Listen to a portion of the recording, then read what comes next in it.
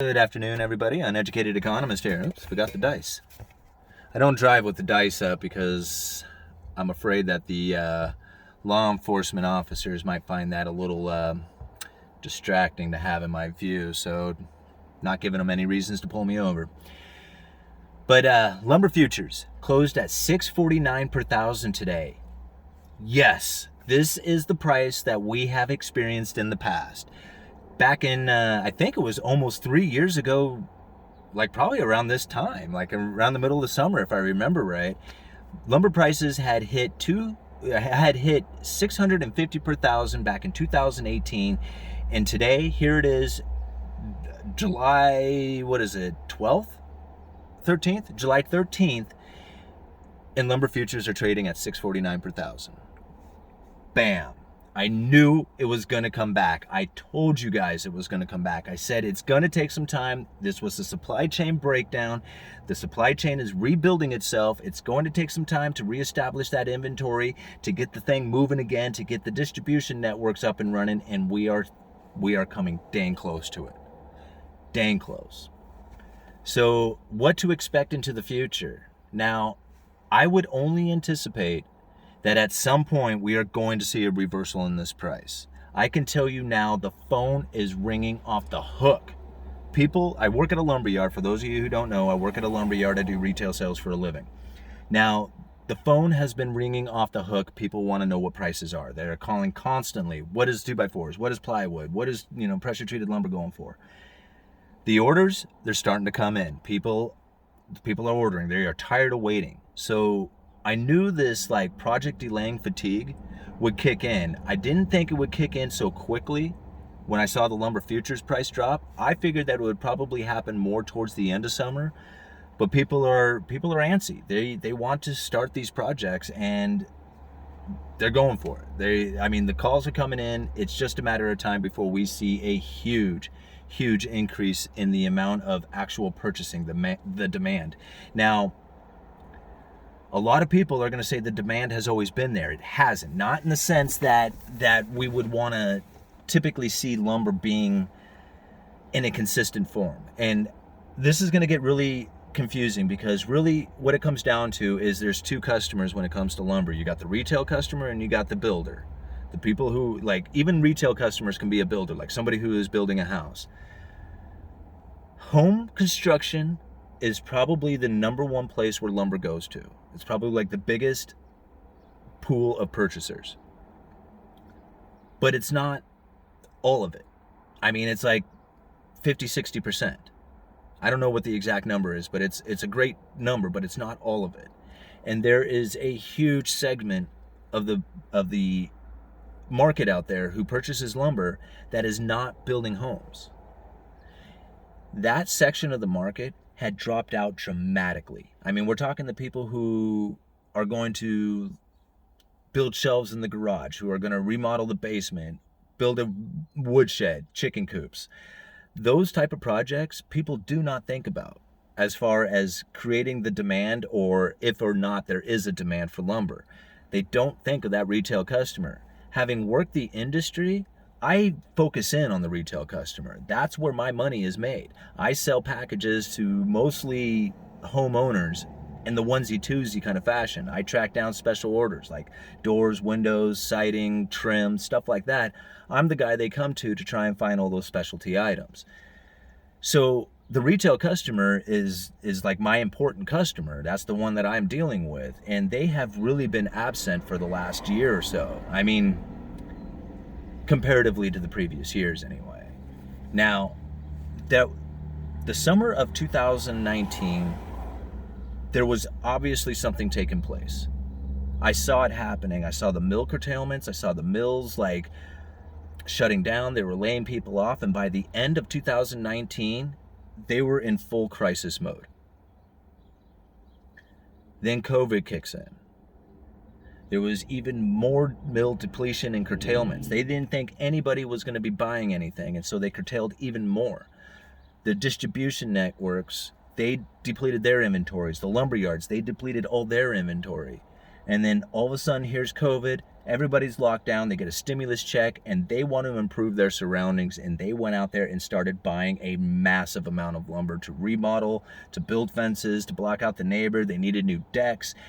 Projects that had been delayed for years came through that at that time, and there was a huge depletion of lumber. It just completely wiped out the entire system. Reestablishing that took forever, but it's coming online now. We're starting to see it. Now, I'm sorry, I didn't find the name. I should have gone and looked that up. I really apologize to the individual. But in yesterday's video, in the comments section, a gentleman mentioned, hey, have you ever heard of bullwhip effect? And now I had heard of bullwhip effect, but I didn't really think much about it as far as like, researching again and thinking about bullwhip effect and what we have experienced over the last year or so with the whole inventory, supply chain breakdown, everything that went into this. You can really kind of relate it down to the bullwhip effect. Now, if you haven't heard of this one, they call it a bullwhip effect, very much like the sense that you have a whip, and if you just kind of move it just a little bit at the handle end, the tail end of the whip really dramatically moves. And so that's where like demand starts sending that whip into play. So just a little bit of fluctuation in demand can cause the wholesalers, the inventory like distribution networks and manufacturers to misjudge how much they should be producing or stocking or holding on to as far as inventory goes. Let me see if I can give you an example of it. So I'm going to try and break it down to like a very simple item that we have in our store that recently I noticed has all of a sudden stocked on the shelf in a much bigger fashion than we had ever stocked in the past. Now, a lot of you guys know what a fern coat is. A fern coat is a rubber boot, almost like it's a pipe fitting. And generally it has pipe clamps at each end. So it's a flexible rubber fitting that will connect, say, a cast iron pipe to a plastic pipe, or maybe a 3-inch pipe to a 4-inch pipe. And these rubber fern coat fittings, they're nice because you can just kind of slip them on, you don't have to glue them, and then you can clamp them into place. Most of the time they're only used in drain lines because it's not under pressure. Anyway, these fern coats, pretty simple item, nothing special about them, came up in short supply, right? Just like everything else out there, some items had trouble coming in. This would happen to be one of them. Well, if you do groundwork, like if you do excavation work or septic systems or stuff like that, these rubber fern coats, I mean, they're a pretty popular item with you because you're constantly, needing to hook up different types of pipes or different size pipes, and these things make it like really easy to do that. Well, I had a customer who does this type of groundwork. He comes in and he's like, man, I cannot find a rubber 3x4 fern coat anywhere, man. I'm like, well, I think we just had some come in yesterday. And he was like, great, how many you got? So I went over to the shelf. What we typically have, 3 or 4 of these things. This is what we bring in for our inventory, right? Because we get inventory twice a week, so you don't carry like cases of these things. You only bring in as many as you're going to sell between the next delivery, right? So you get deliveries twice a week. You don't really need more than 3 or 4 of these things. So he comes in, he sees them, he says, I'll take them all. And I'm like, are you sure? Don't you just need one? I mean, we got more, we'll get more. And he's like, nope, I ain't, I'm not screwing around with this again. I already missed out on a day's worth of work because I didn't have one of these. I'll take all 3. And I'm like, all right, man, don't return them, So I sold them all 3, which then shows our inventory is depleted. So the next week, 3 more come in. Well, almost the exact same thing happened. I had a plumber come in, buy one of them, and then somebody else came and bought 2 more. So my inventory depleted again. Well, once the inventory is on a depletion like this, the algorithm kicks it in that says, hey, man, you need more inventory on your shelf. So now when I look at the shelf, we have 7 or 8 of these particular fern coats because we're trying to stock up to meet demand. Even though there really wasn't an increase in demand, it was just the fact that these plumbers out there who had a hard time finding these particular fern coats bought them all up so they wouldn't run out again, creating a kind of false demand that really shouldn't be there. But the guys up line, they don't really know that. Like, I knew it, personally. And I say, no, don't order anymore, or go to the computer algorithm and say, no, don't change it. Just keep it the way it is. Because I know the situation in which those particular items had left the store, knowing that they're probably not going to be as much demand because these guys who buy them kind of stocked up on them, so to speak. They don't really need any more. But upline doesn't know that. So now my distributor, they're like, I just kind of assume, like, say this happens at several different stores, right? Well, now the distributor is looking at it going, man, there is a huge demand for these particular fern coats. We need to start loading up on more of these things because we keep running out. So they call up the major, the national distributor and saying, hey, man, we need more of these particular items. And if they are experiencing the same thing that the other guys are experiencing, like we had experienced at our store, then all of a sudden there's this huge demand for these particular fern coats all the way up to the manufacturer. Even though there really wasn't an increase in demand, it just happened to be a situation that caused that increase in demand. You see what's happened here? But now the whole distribution network thinks that there is a huge demand for these things, so they're stocking up more, they're making more, and then all of a sudden it comes in to try selling these things and the demand isn't quite there. Next thing you know, now you got depletions happening because it was like, man, now we're sitting on like 8 of these things. We haven't sold one in a month. Why do we have so many of these things? Move these things out of here, put them on sale, whatever you got to do to get them out of here. That's the type of situation that has taken place throughout a lot of the industry. A lot of it. I was reading I think it was a Wikipedia page on this. In fact, I'll leave the Wikipedia page to this and that link that gentleman had left in the comment section. I'll leave both of those down in the description for you guys to check out. But I like it because I believe it was in the Wikipedia section that they were talking about the bullwhip effect, and they used Volvo as an example. I guess back in, I don't know, something like back in the 80s or something like that. I can't remember what the year was, but apparently there was an overabundance of green cars, right? And I love the story. So this overabundance of green cars, they were like, how do we get rid of these green cars? So they went on like this kind of ad campaign that they were going to be pushing these green cars, but they really didn't tell anybody that they were going to be pushing these green cars. It just kind of like, the advertising kind of portion of things just pushed it out there without telling anybody that that's what they were doing. Well, the market all of a sudden saw this demand for green cars. And what happens is that if they see a demand for green cars, then next thing you know, they're going to be ordering more green cars to try and meet that demand. Even though there was never a demand for green cars, it was just this ad campaign that pushed out the idea that people wanted to buy green cars.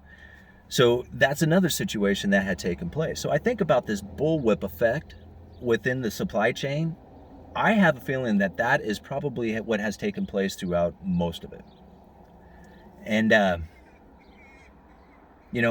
I don't know. I mean, a lot of people, like I said before, they looked at the price increasing as inflation. And I said it back when the prices first started taking off. I said, this is a supply chain breakdown.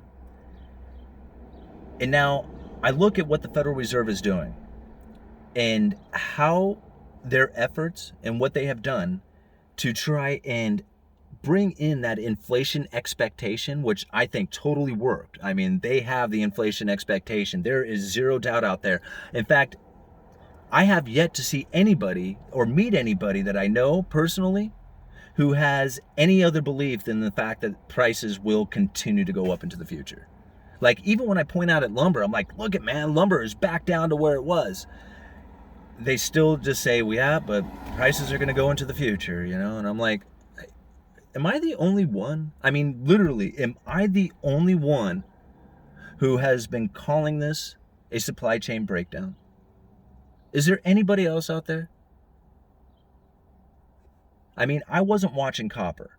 I wasn't watching anything. I was just watching lumber.